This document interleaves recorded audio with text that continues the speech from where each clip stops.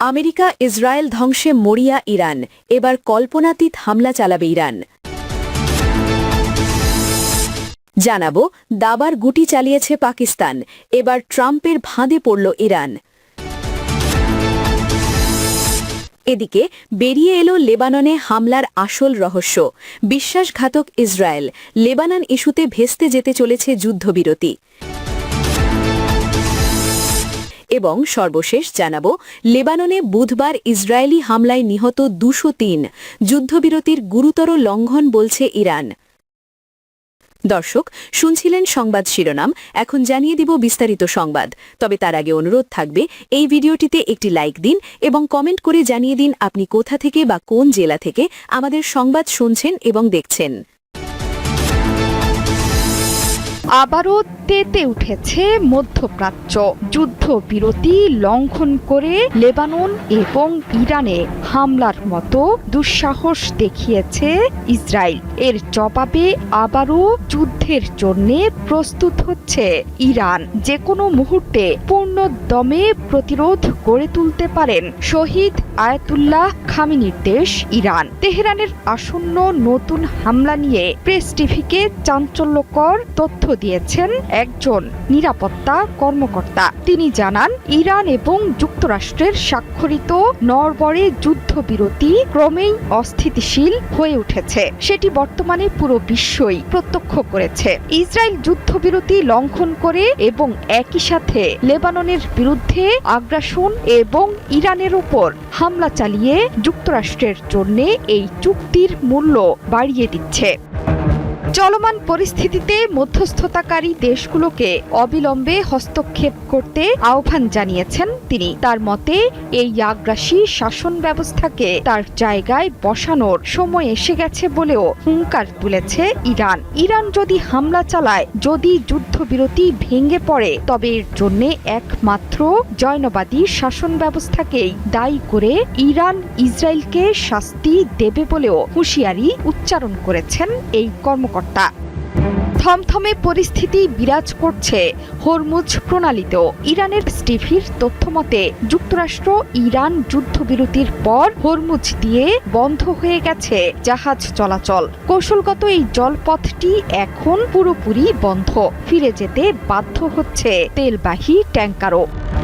ইরানের রাষ্ট্রীয় প্রেস টিভির তথ্য অনুযায়ী, যুক্তরাষ্ট্র ইরান যুদ্ধবিরতির পর হরমুজ প্রণালী দিয়ে জাহাজ চলাচল বন্ধ করে দেয়া হয়েছে। কৌশলগত এই জলপথটি এখন পুরোপুরি বন্ধ এবং তেলবাহী ট্যাঙ্কারগুলোকে ফিরে যেতে বাধ্য করা হচ্ছে। মেরিন ট্রাফিকের সামুদ্রিক ট্র্যাকিং ডেটা থেকে দেখা গেছে, মঙ্গলবার যুক্তরাষ্ট্র এবং ইরানের মধ্যে 2 সপ্তাহের যুদ্ধবিরতি কার্যকরের পর বুধবার প্রথম এই প্রণালী অতিক্রম করে গ্রিক মালিকানাধীন বাল্ক ক্যারিয়ার এনজেআর্থ এবং লাইবেরিয়ার পতাকাবাহী জাহাজ। কিন্তু পরবর্তীতে লেবাননে ইসরায়েলের ব্যাপক হামলায় বহু হতাহতের পর দ্রুত অবনতি ঘটে পরিস্থিতির। এই হামলার জবাবে হরমুজ প্রণালী দিয়ে সব তেলবাহী ট্যাঙ্কার চলাচল বন্ধ করে দিয়েছে ইরান।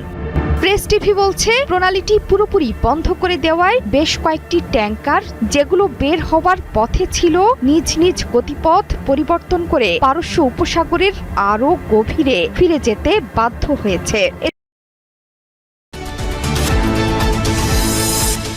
যুদ্ধবিরতি ঘোষণার পর এভাবেই উচ্ছ্বাস প্রকাশ করতে রাস্তায় নেমে এসেছিল ইরানের জনগণ। তবে তাদের সে উচ্ছ্বাস বেশিক্ষণ স্থায়ী হতে দেয়নি ইসরায়েল। যুদ্ধবিরতির পরপরই লেবাননের স্মরণকালের ভয়াবহ হামলা চালিয়ে ইরানিদের উচ্ছ্বাসকে ম্লান করে দিয়েছেন যুদ্ধবাজ নেতানিয়াহু। সত্যে পরিণত হল ইরানিদের সেই ধারণা আমেরিকা ও তার মিত্রদের কখনোই বিশ্বাস করা যায় না।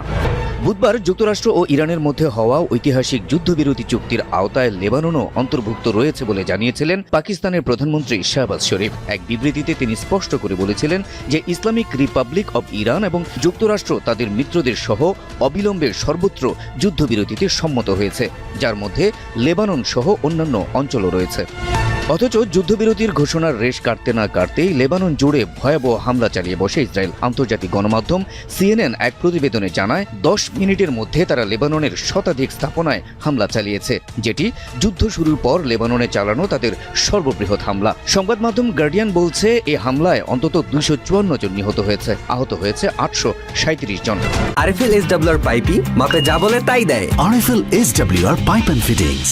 গুরুত্বপূর্ণ বিষয় হলো মধ্যস্থতাকারী পাকিস্তান যখন বলছে যুদ্ধবিরতি চুক্তিতে লেবানন অন্তর্ভুক্ত ছিল, সেখানে পুরো বিষয়টি অস্বীকার করছে আমেরিকা ও ইসরায়েল। এই দুটি দেশই আলাদা আলাদা বিবৃতিতে দাবি করছে যুদ্ধবিরতি চুক্তিতে কখনোই লেবানন অন্তর্ভুক্ত ছিল না। বুধবার 8 এপ্রিল মার্কিন গণমাধ্যম PBS নিউজ আওয়ারে দেওয়া এক টেলিফোন সাক্ষাৎকারে ট্রাম্প জানান লেবানন এই চুক্তির অন্তর্ভুক্ত ছিল না, বরং ইসরায়েল লেবানন সংঘাতকে তিনি আলাদা একটি সংঘর্ষ হিসেবে দেখছেন।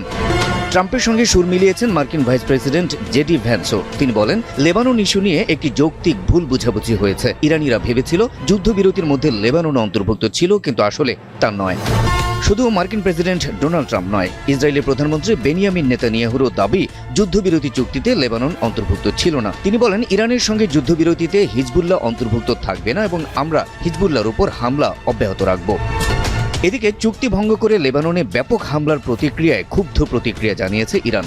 দেশটির পররাষ্ট্রমন্ত্রী আব্বাস আরাকচি পাকিস্তানের সেনাপ্রধান জেনারেল আসিম মনিরের সঙ্গে এক জরুরি ফোনালাপে বলেন, ইসরায়েল স্পষ্ট যুদ্ধবিরতি লঙ্ঘন করেছে। তিনি সতর্ক করে দিয়ে বলেন, লেবাননে হামলা বন্ধ না হলে আমরা এই শান্তি চুক্তি থেকে পুরোপুরি বেরিয়ে আসব এবং পাল্টা আঘাত হানব। শুধু তাই নয়, যুদ্ধবিরতি ঘোষণার পর যে হরমুজ প্রণালী খুলে দিয়েছিল, লেবাননে হামলার পর সেই পথ দিয়ে জাহাজ চলাচল বন্ধ করে দিয়েছে ইরান। দাবার গুটি চালিয়েছে পাকিস্তান, এবার ট্রাম্পের ফাঁদে পড়ল ইরান। যুদ্ধবিরতির জন্য ইরানের সঙ্গে পাকিস্তানকে কথা বলতে বাধ্য করিয়েছে আমেরিকায়। মার্কিন প্রেসিডেন্ট ডোনাল্ড ট্রাম্প ইরানকে যে 48 ঘণ্টার সময়সীমা বেঁধে দিয়েছিলেন, তা শেষ হবার আগে মধ্যস্থতা করতে বলা হয়েছিল পাকিস্তানকে। এমনকি হোয়াইট হাউস থেকে এ বিষয়ে ইসলামাবাদকে চাপও দেওয়া হয়েছিল বলে দাবি করেছে ব্রিটিশ সংবাদ মাধ্যম ফাইন্যান্সিয়াল টাইমস। তাদের রিপোর্ট প্রকাশের আসার পর স্বাধীন মধ্যস্থতাকারী হিসেবে পাকিস্তানের ভূমিকা প্রশ্নের মুখে। বর্তমানে পাকিস্তান নিজেকে শান্তির মধ্যস্থতাকারী হিসেবে তুলে ধরার চেষ্টা করছে। তবে ফিনান্সিয়াল টাইমসের প্রতিবেদনে বলা হয়েছে, আসলে ওয়াশিংটনই ইসলামাবাদকে ইরানের সঙ্গে একটি অস্থায়ী যুদ্ধবিরতি করাতে চাপ দিয়েছিল। রিপোর্টে দাবি করা হয়েছে, ইসলামাবাদ নিরপেক্ষ মধ্যস্থতাকারী ছিল না, তারা বরং যুক্তরাষ্ট্রের জন্য একটি সুবিধাজনক মাধ্যম হিসেবে কাজ করেছে। তাদের মাধ্যমে ইরানের উপর অস্থায়ী যুদ্ধবিরতি চাপিয়ে দেওয়া হয়েছে। অন্যদিকে একই সময়ে যুক্তরাষ্ট্রের প্রেসিডেন্ট ডোনাল্ড ট্রাম্প ইরানের বিরুদ্ধে হুমকি বাড়াচ্ছিলেন, দাবি করছিলেন তেহরান যুদ্ধবিরতির জন্য অনুনয় করছে। ট্রাম্পের সময়সীমা শেষ হওয়ার আগেই পাকিস্তানের সেনাপ্রধান আসিম মুনিরের সঙ্গে হোয়াইট হাউসের কর্তাদের একাধিকবার ফোনে কথা হয়। রিপোর্টে দাবি, হোয়াইট হাউসের অধিকর্তারা ইরানের সঙ্গে যুদ্ধবিরতির আলোচনা করতে পাকিস্তানকে চাপ দিয়েছিলেন। বলা হয়েছিল, যে কোনো মূল্যেই হোক হরমুজ সংক্রান্ত শর্ত মানতে ইরানকে রাজি করাতে হবে, যুদ্ধবিরতির জন্য রাজি করাতে হবে। সেক্ষেত্রে আমেরিকার দাবিগুলি ইরানের সামনে পাকিস্তান তুলে ধরেছে বলে অভিযোগ। অনেকের মতে, ইরান এবং পাকিস্তান উভয়ই মুসলিম রাষ্ট্র হওয়ায় পাকিস্তানকে দিয়ে তাদের সামনে তাদের মতো করে দাবিগুলি তুলে ধরিয়েছে আমেরিকা।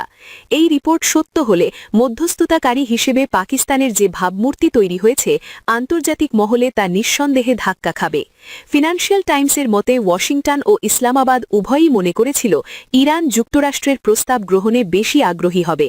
মঙ্গলবার ট্রাম্পের নির্ধারিত সময়সীমা ঘনিয়ে আসার সঙ্গে সঙ্গে পাকিস্তানের ফিল্ড মার্শাল অসীম মুনির দ্রুত বিভিন্ন শীর্ষ মার্কিন কর্মকর্তার সঙ্গে যোগাযোগ শুরু করেন। এর মধ্যে ছিলেন Trump, vice president JD Vance এবং বিশেষ দূত স্টিভ উইটকফ। এরপর তিনি ইরানের পররাষ্ট্রমন্ত্রী আব্বাস আরাকচির সঙ্গে 2 সপ্তাহের প্রস্তাব নিয়ে কথা বলেন, যা পরে পাকিস্তানের প্রধানমন্ত্রী শাহবাজ শরীফ প্রকাশ্যে আনেন। তবে নিউ ইয়র্ক টাইমসের প্রতিবেদনে বলা হয়েছে, শাহবাজ শরীফ এটি প্রকাশ করার আগেই হোয়াইট হাউস বিবৃতিটি দেখে অনুমোদন দিয়েছিল। এমনকি শাহবাজ শরীফ যখন এটিকে পাকিস্তানের উদ্যোগ হিসেবে উপস্থাপন করেন, তখন ভুলবশত তার পোস্টে ড্রাফট পাকিস্তানের প্রধানমন্ত্রীর বার্তা শিরোনামটি রয়ে যায়। আর এ নিয়ে সামাজিক যোগাযোগ মাধ্যমে ব্যাপক আলোচনা সমালোচনা চলছে। অনেকেই পাকিস্তানের প্রধানমন্ত্রীকে নিয়ে ব্যঙ্গ করছেন। এটা স্পষ্ট যে ট্রাম্পের ইচ্ছাতেই ইরানকে যুদ্ধবিরতির প্রস্তাব দিয়েছে পাকিস্তান। আর যুদ্ধবিরতি শুরু হবার পরপরই লেবাননে হামলা শুরু করে ইসরায়েল। তবে কি ট্রাম্পের পাতানো ফাঁদে পা দিল ইরান? লেবাননে ভয়াবহ ও প্রাণঘাতী বিমান হামলার একদিন পরই ইসরায়েলি প্রধানমন্ত্রী বেনিয়ামিন নেতানিয়াহু হিজবুল্লাহর উদ্দেশ্যে এক কঠোর হুঁশিয়ারি বার্তা দিয়েছেন। তিনি সাফ জানিয়েছেন, ইসরায়েলের নিরাপত্তা নিশ্চিত করতে প্রয়োজনে হিজবুল্লাহর যে কোনো অবস্থানে হামলা অব্যাহত রাখবে তারা। নিজের ব্যক্তিগত এক্স সাবেক টুইটার অ্যাকাউন্টে দেওয়া এক বিবৃতিতে নেতানিয়াহু বলেন, আমরা পূর্ণ শক্তি, নির্ভীকতা এবং দৃঢ় সংকল্পের সঙ্গে হিজবুল্লাহর উপর হামলা চালিয়ে যাচ্ছি। তিনি আরও যোগ করেন, আমাদের বার্তা অত্যন্ত স্পষ্ট, যারা ইসরায়েলি বেসামরিক সাধারণ নাগরিকদের বিরুদ্ধে কাজ করবে আমরা তাদের উপর আঘাত হানব। যতক্ষণ না আমরা ইসরায়েলের উত্তরাঞ্চলের বাসিন্দাদের নিরাপত্তা সম্পূর্ণরূপে নিশ্চিত করতে পারছি, ততক্ষণ আমরা প্রয়োজন অনুযায়ী হিজবুল্লাহর উপর আক্রমণ অব্যাহত রাখব। সম্প্রতি লেবাননে ইসরায়েলি বাহিনীর সিরিজ হামলার প্রেক্ষাপটে এই মন্তব্য আসল।